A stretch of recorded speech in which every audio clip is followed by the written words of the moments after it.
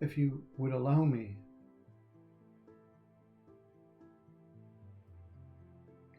the speaker would like to talk about truth. Now, this will not be uncovered in a godly way, a religious way, a spiritual way, a scientific way, a biological way, because all these ways mask truth. The thinking mind wants to know what truth is on a human level. So the thinking mind will give experiences, actions,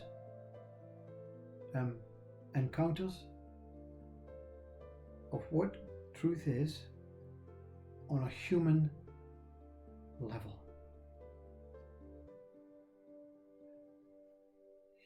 So if there's a need to discover truth on any other level, that what wants this discovery has to deny all aspects of humanity.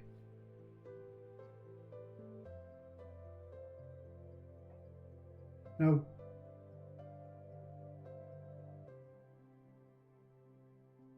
truth cannot be disclosed without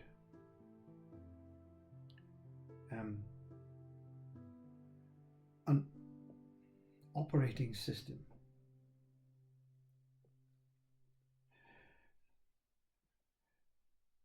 The operating system required to experience truth on a being level, being above human, is the body.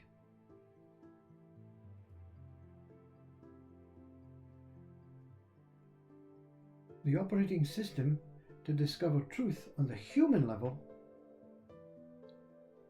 is the ego mind.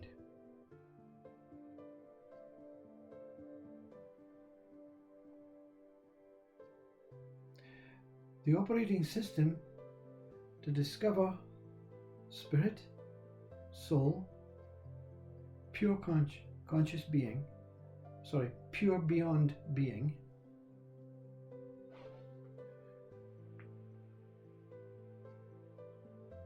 is the immaculate consciousness that drives existence. Now, what does it matter to you what kind of truth you want? If you want the human truth, we all know it. We all know it through religion, science. We all know it through spirituality, through activities, through biology, through history, ethics, through each other as individual components trying to come together as one whole to make one significant answer. Now, if you're happy with that ego, you found truth. It cannot go further than what it knows. The ego is that what it knows. But it cannot accept that it created that what it knows. No, something else. Something else created. So therefore it is not even accurate to the human truth of what human is. The being truth is when the body speaks. Not this. When the body speaks. When the body says, I need rest. The being experiences a profound restless state. Not restless meaning, I'm against rest, I'm with this rest. But because the human and being are attached, the body says, I require rest. The being says, great, it shall be. It shall be. The employer says, no, back to fucking work. Which is the ego identification of truth, because the ego says, this is how it is. The body works between this hour and that hour, no rest required. If you don't like it, move on. I don't want to be blasphemous and derogatory, but I'm not trying to trying to say that the employer is wrong. That's just the way the ego is. So the being denies the body, or the ego denies the body. The being knows that the body can find rest at another time. I'll just have to be, I'll pacify. The being is a pacifist. And if this is worked out, it's quite a contented life. Sometimes good, sometimes bad, sometimes pain, sometimes pleasure.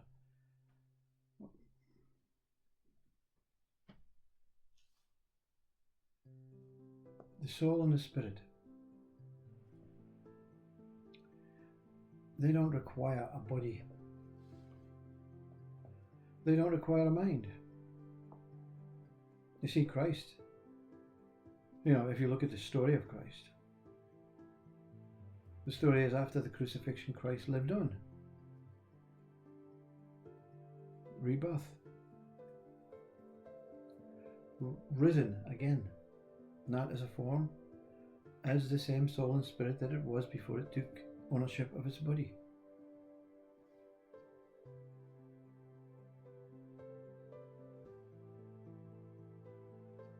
The soul and the spirit don't need to seek. They don't need recognition. They don't need realization. They don't need to know what's in the universe or what's on another planet. They don't need to know about life after death. They don't need to know about what they are, what the form is, because they're ongoing.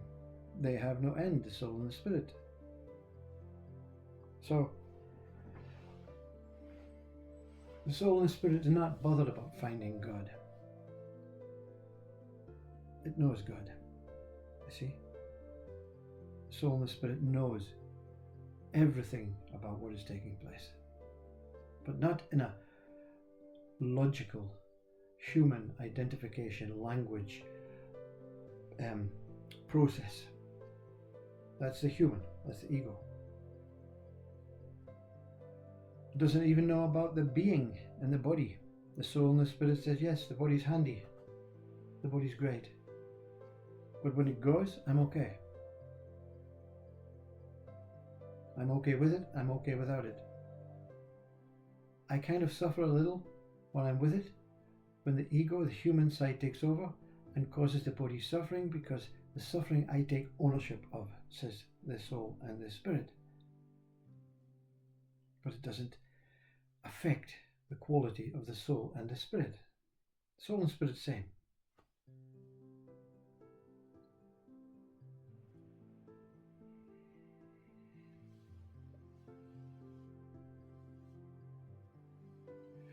The discovery or the realization or the recovery of you as the soul and the spirit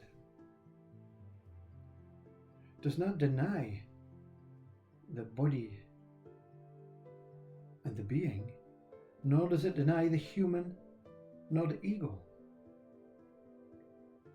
It sits with it. It's okay with it. It knows that this body will suffer. It knows that the being will not be able to keep it at rest. It knows that it will be pulled into this incredibly reptilian human existence that thinks it's overcome reptilian.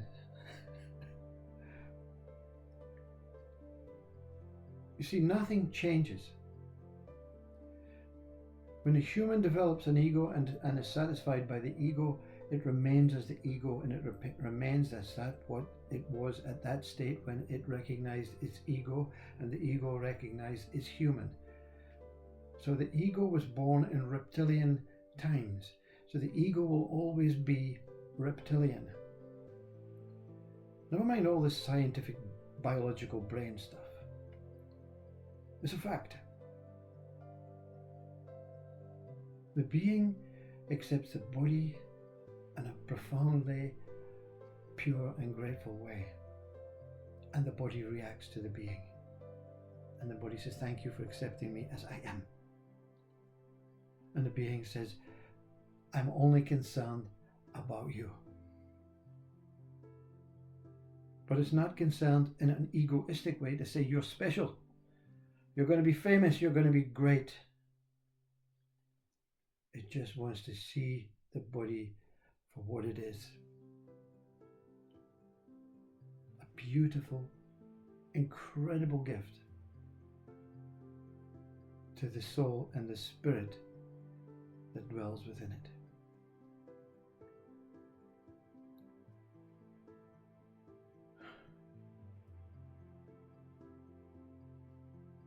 God, the realization of God. It's difficult when you use the word, the realization of that truth, that incredible, almighty, they call it Atman, absolute.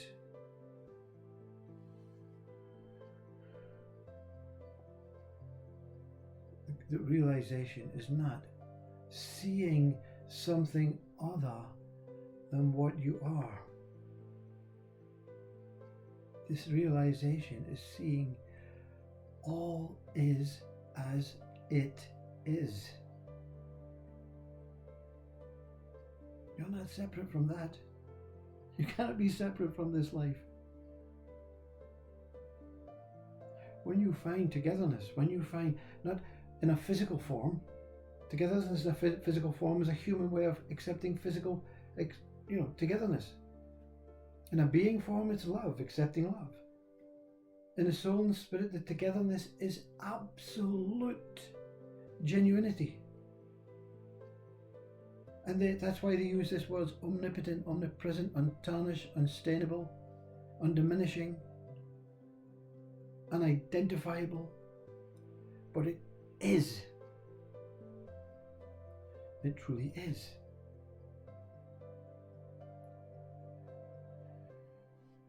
When the speaker is not suffering because it cannot identify what it is, meaning all is.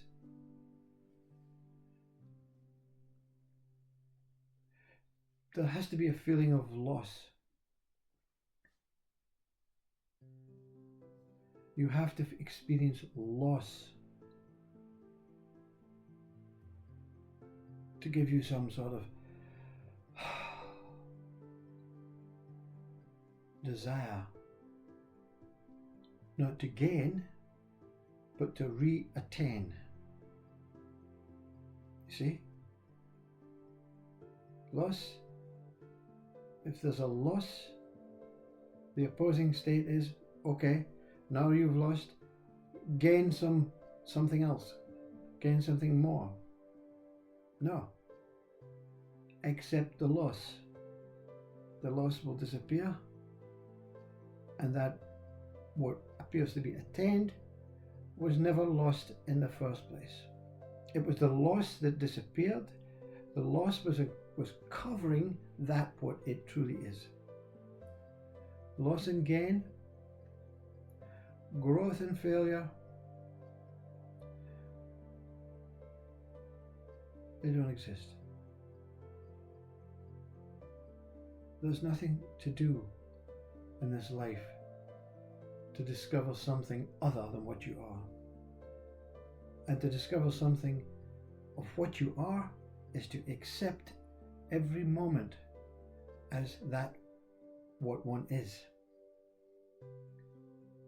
Not with a mind to say, I am free I am a body, I am a person, I'm accepting what I am.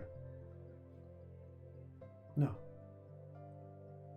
These words will come, these words will pass, and when the I am goes, there's no need to accept it is truly that what it is. The actuality of trying to get something from this life denies what this life is. You know, they won't put that in some big book, some sort of profound saint statement, because they're not looking in the right direction. But that previous comment,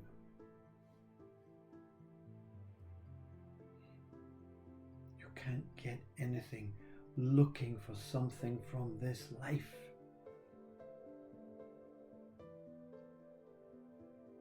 You cannot get anything from looking any other place than within I, myself. It is already here. It is already that.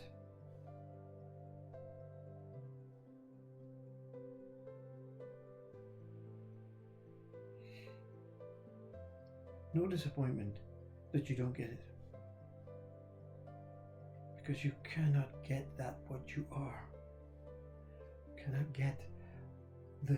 You see, I'm going to try and describe that what you are. And that's the problem. Accept what you are beyond this human being state.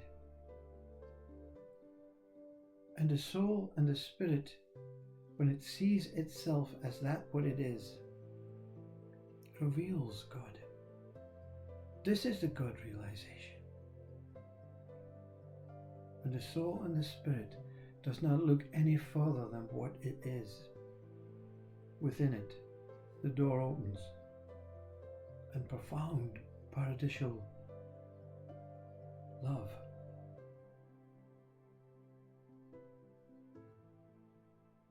truly is. I apologize if it's deep. It's not deep. Deep means there's a certain journey.